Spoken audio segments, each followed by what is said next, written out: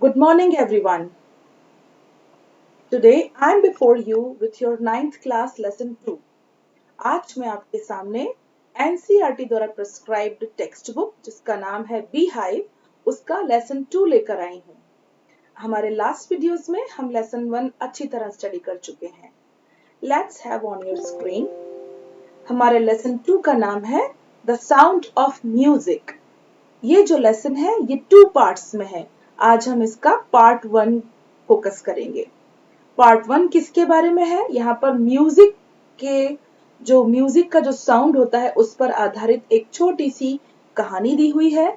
उसके पार्ट 1 में हम उसका अध्ययन करेंगे और अगले भाग में हम विभिन्न जो म्यूजिशियंस हैं, डिफरेंट म्यूजिशियंस के बारे में, जो इंडिया के म्यूजिशियंस हैं उनके बारे में स्टडी करेंगे। यहाँ इस भाग में हम पढ़ने वाले हैं एवलिन ग्लैनी के बारे में। एवलिन ग्लैनी कौन थी? एवलिन ग्लैनी एक ऐसी बालिका थी जो कि पैदाइशी डेफ नहीं थी, बहरी नहीं थी, लेकिन जैसे जैसे वो बड़ी होती गई बच्ची, तो उसकी जो हियरिंग पावर थी, जो लिसनिंग पावर थी, वो उसने लूज कर दी, वो उसकी गुम हो गई, खो गई, यानी वो सुनने से जो सुन नहीं पाती थी। तो we are going to focus on this. इस पार्ट पर हम आगे स्टडी करते हैं। Evelyn Glennie listens to sound without hearing it. यहाँ पर बिगनिंग में लिखा है कि एवलिन ग्लैनी साउंड को, आवाज को कैसे लिसन करती थी, कैसे सुनती थी? विदाउट हियरिंग इट, यानी उनकी जो हियरिंग पावर थी वो लूज हो चुकी थी, वो समाप्त हो चुकी थी, तो उसको वो बिना सुने साउंड्स को सुन लेती थी। कैसे सुन लेती थी ये हम आगे लेसन में स्टडी करेंगे।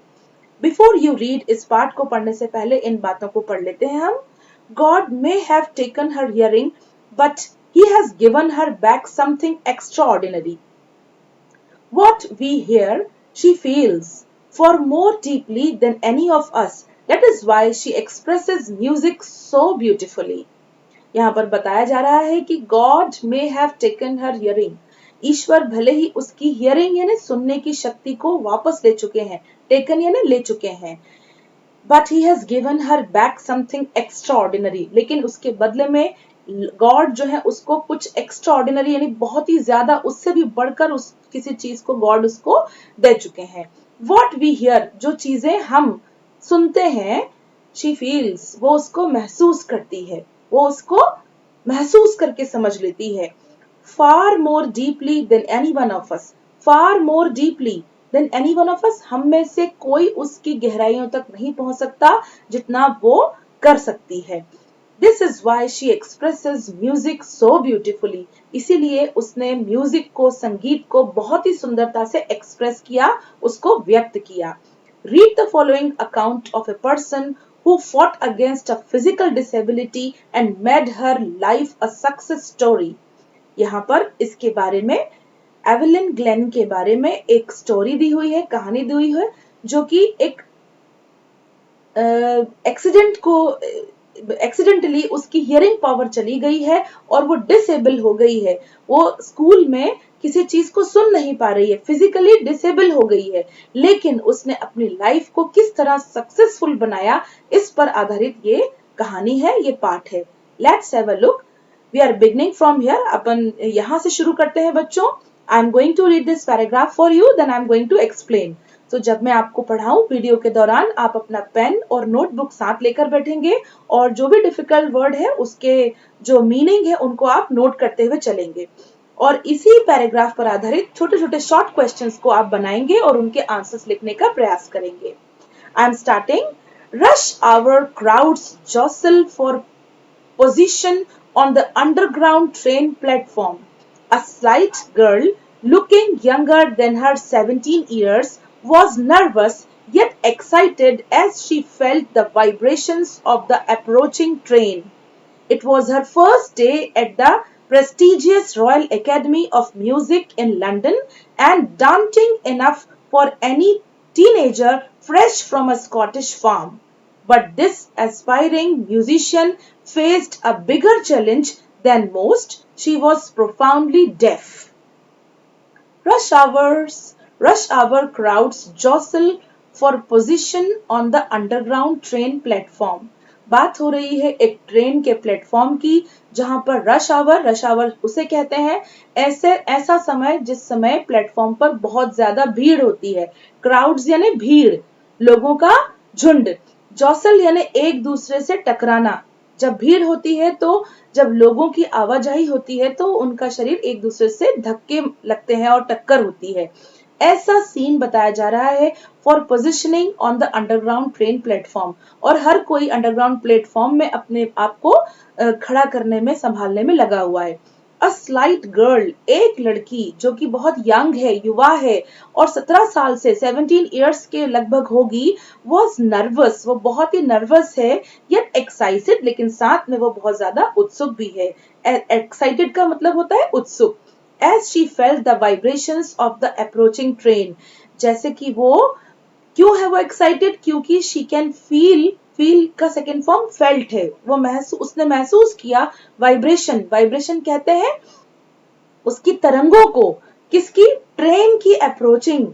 जो ट्रेन प्लेटफॉर्म पे, अंडरग्राउंड प्लेटफॉर्म पे पहुंचने वाली है, उस ट्रेन के पहुंचने की जो वाइब्रेशंस हैं, जो तरंगे हैं, वो उन तरंगों को महसूस कर सकती है। That is why she is very excited. It was her first day at the prestigious Royal Academy Music in London. यह उसका पहला दिन था। First day, पहला दिन। Prestigious Royal Academy of Music in London. She is in London. London के prestigious Royal Academy एक संस्था का नाम है, वहां उसका पहला दिन है। And daunting enough for any teenager fresh from a Scottish farm. और वो बहुत नर्वस है, घबराई हुई है, क्योंकि वो Scottish, fresh from Scottish platform, वो स्कॉटिश प्लेटफॉर्म से, यानी स्कॉटिश एक जगह का नाम है स्कॉटलैंड, वहां के लोगों को स्कॉटिश बोलते हैं। वहां से वो लंदन के इस स्कूल में म्यूजिक सीखने के लिए गई है और जहां उसका पहला दिन है। बट दिस एस्पायरिंग म्यूजिशियन, ये जो एस्पायरिंग म्यूजिशियन है, ये जो बढ़ती हुई जो संगीतकार है, फेस्ड अ बिगर चैलेंज, ये बहुत बड़े चैलेंजेस यानी चुनौतियों का सामना करती है देन मोस्ट, जितना कि कईयों ने नहीं किया होगा। Because she was profoundly deaf, क्योंकि वो पूरी तरह से बहरी थी। अब एक म्यूजिशियन के लिए बहरा होना फिर एक सामने चैलेंज खड़ा कर देता है, क्योंकि वो स्कॉटिश बैकग्राउंड की है, वो लंदन में गई है, रॉयल एकेडमी में पढ़ने के लिए गई है म्यूजिक, और साथ में उसकी डिसेबिलिटी है जो कि वो डेफ है। आगे देखते हैं। Evelyn Glennie's loss of hearing had been gradual. जो एवलिन है, एवलिन ग्लेनी, ये एक बच्ची का नाम है। इसकी जो हियरिंग पावर, जो सुनने की शक्ति है, वो धीरे धीरे, ग्रेजुअली ने धीरे धीरे समाप्त हुई है, यानी वो जन्म से डेफ नहीं है। She is not deaf by birth. Her mother remembers noticing something was wrong when the 8-year-old Evelyn was waiting to play the piano. Evelyn जब 8 इयर्स की है, तब उसकी जो मदर है वो नोटिस करती हैं। मदर रिमेंबर्स नोटिसिंग, बार बार वो याद रखती हैं, ध्यान रखती हैं उसका, कि when she was 8 years old and when she was waiting for her turn to play the piano. Piano एक म्यूजिक का यंत्र होता है, जब उसकी बारी आने वाली है पियानो की और वो उसका इंतजार कर रही है, और उस समय एवलिन के ऊपर उसकी माँ का पूरा ध्यान है। आगे देखिए, दे कॉल्ड हर नेम, जब उसकी बारी के वक्त उसको नाम से बुलाया जाता है, and she did not move, और एवलिन सुनती नहीं है, उसमें कोई एक्शन नहीं दिखाती। तब उसकी मदर रियलाइज करती है कि समथिंग इज रॉन्ग, कुछ चीज गलत हो रही है। आई सडनली रियलाइज्ड, तो who is I here? Here I is Evelyn's mother. Evelyn की माँ जो है वो कहती हैं कि she realise that she hadn't heard, कि उसको सुनाई नहीं दिया। Says Isabel Glennie. Isabel Glennie उनकी माँ का नाम है। ऐसा उन्होंने बताया कि 8 इयर्स की एज से उसको ग्रेजुअली हियरिंग लॉस होने लगा था। For quite a while, Evelyn managed to control her growing deafness from friends and teachers. For quite a while, कुछ समय के लिए एवलिन ने अपने हियरिंग की प्रॉब्लम को अपने टीचर्स और अपने फ्रेंड्स के साथ छुपाने में मैनेज किया। But by the time she was 11, her marks had deteriorated and her headmistress urged her parents to take her to a special school. By the time, जैसे जैसे समय बीतता गया, and she became 11, और वो 11 years की हो गई, her marks had deteriorated, उसका जो चिन्ह है बहरे होने का वो स्पष्ट दिखाई देने लगा। और उनकी जो हेडमिस्ट्रेस थी, जो संस्था की मुखिया थी, उन्होंने उनके पेरेंट्स को बुलाकर ये अर्ज किया, ये रिक्वेस्ट की कि एवलिन को किसी विशेष स्कूल में एडमिट कराने की जरूरत है, स्पेशलिस्ट यानी किसी विशेषज्ञ की जरूरत है। इट वॉज देन डिस्कवर्ड, और फिर इस बात का पता चला that her hearing was severely impaired as a result of gradual nerve damage। और इस बात का पता चला कि उसकी जो हियरिंग की पावर है, सुनने की शक्ति है, वो सीवियरली यानी बुरी तरह से चोटिल हुई है। किस वजह से? As a result of gradual nerve damage.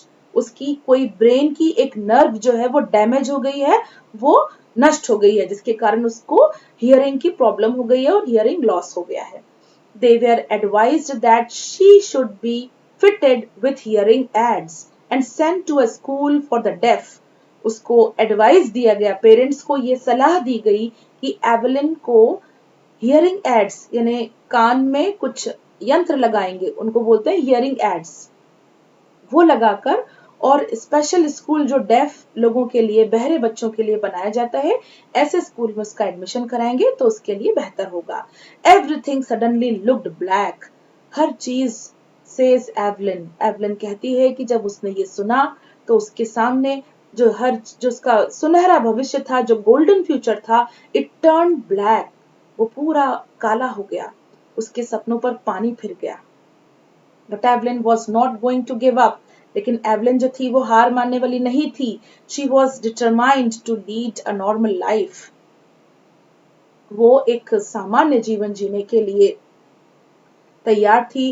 And pursue her interest in music, और अपना म्यूजिक का जो संगीत का जो उसका इंटरेस्ट था, जो लगाव था, उसको आगे बढ़ाना चाहती थी।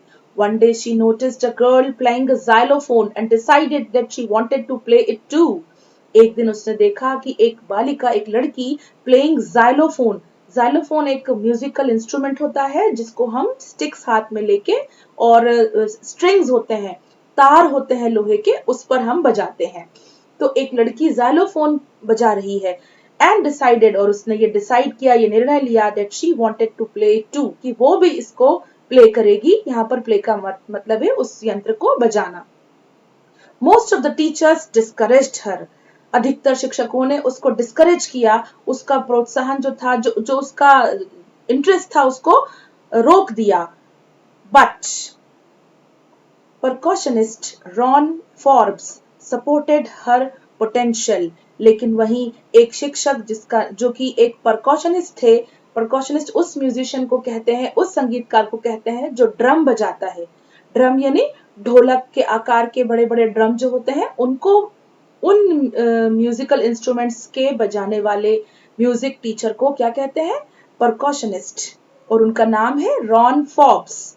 रॉन फॉर्ब्स ने एवलिन का ये इंटरेस्ट नोट किया और उसको सपोर्ट किया। He began by tuning two large drums to different notes। उन्होंने क्या किया? टू लार्ज ड्रम्स, दो बड़े बड़े ड्रम्स यानी ढोल, उसको बजाने के लिए दिए, उन पर ट्यून बजाने के लिए दिए। और क्या कहा? Don't listen through your ears, because she was not able to listen, वो सुन नहीं सकती थी। उससे कहा don't listen through your ears, तुम अपने कानों से नहीं सुनोगी। He would say try to sense it some other way, तुम म्यूजिक को सेंस करने का प्रयास करो, महसूस करने का प्रयास करो, सेज एवलिन। तो इसके जवाब में एवलिन ने क्या कहा? Suddenly I realised I could feel the hearing drum from the waist up. Evelyn कहती है, मैंने ये महसूस किया, ये रियलाइज किया, दैट आई कुड फील, मैं म्यूजिक को महसूस कर सकती थी। द हायर ड्रम, तेज आवाज वाले जो ड्रम की आवाज तेज होती थी, फ्रॉम द वेस्ट अप, मेरी कमर से ऊपर वाले भाग में मैं तेज साउंड को महसूस कर सकती थी। एंड द लोअर वन, और मेरे शरीर के नीचे वाले जो कम साउंड वाला जो म्यूजिक होता था, फ्रॉम द वेस्ट डाउन, मैं अपनी कमर के नीचे वाले भाग से यानी पैरों की मदद से मैं उसको फील कर सकती थी, महसूस कर सकती थी। फॉर्ब्स रिपीटेड द एक्सरसाइज, इस एक्सरसाइज को, इस लेसन को म्यूजिक के फॉर्ब्स ने, जो कि एक परकॉशनिस्ट थे, उन्होंने उसको रिपीट किया अभ्यास के लिए। And soon Evelyn discovered that she could sense certain notes in different parts of her body. और एवलिन ने प्रैक्टिस को कंटिन्यू रखते हुए ये रियलाइज किया that she could feel, वो अब अपने बॉडी के डिफरेंट पार्ट्स के थ्रू म्यूजिक को फील कर सकती है, बिकॉज शी डज नॉट, क्योंकि वो सुन नहीं सकती थी. She was not able to listen, but she was able to feel the music through different parts of her body. I had learned to open my mind and my body to sounds and vibrations. वो वहां पर सीख रही थी कि अपने mind को और बॉडी को म्यूजिक का जो साउंड है उनकी वाइब्रेशंस को कैसे महसूस करना है. That Evelyn was learning. The rest was sheer determination and hard work. और बाकी अब आगे की कहानी में ये बताया गया है कि उसके म्यूजिक की बिगनिंग तो हो चुकी थी, लेकिन जो sheer डिटर्मिनेशन था, डिटर्मिनेशन यानी उसका दृढ़ संकल्प, जो उसका sheer डिटर्मिनेशन है, जो उसकी पूरा एंटायर, जो पूरी तरह से उसने अपने आप को म्यूजिक के लिए डिवोट कर दिया, that brought a change in her life. उसके कारण उसकी लाइफ में एक परिवर्तन आया और उसने उसके लिए हार्ड वर्क किया. इन टुडेज वीडियो आज हम ये 3 पैराग्राफ्स को स्टडी करके स्टॉप करेंगे. In my next video we are going to continue from here. हम यहाँ से आगे करेंगे. आपको इनके वर्ड्स मीनिंग नोटबुक में लिखना है और स्टोरी को बार बार रीड करके रीडिंग की प्रैक्टिस करना है. नेक्स्ट वीडियो में फिर मुलाकात होगी. जब तक के लिए गुड बाय.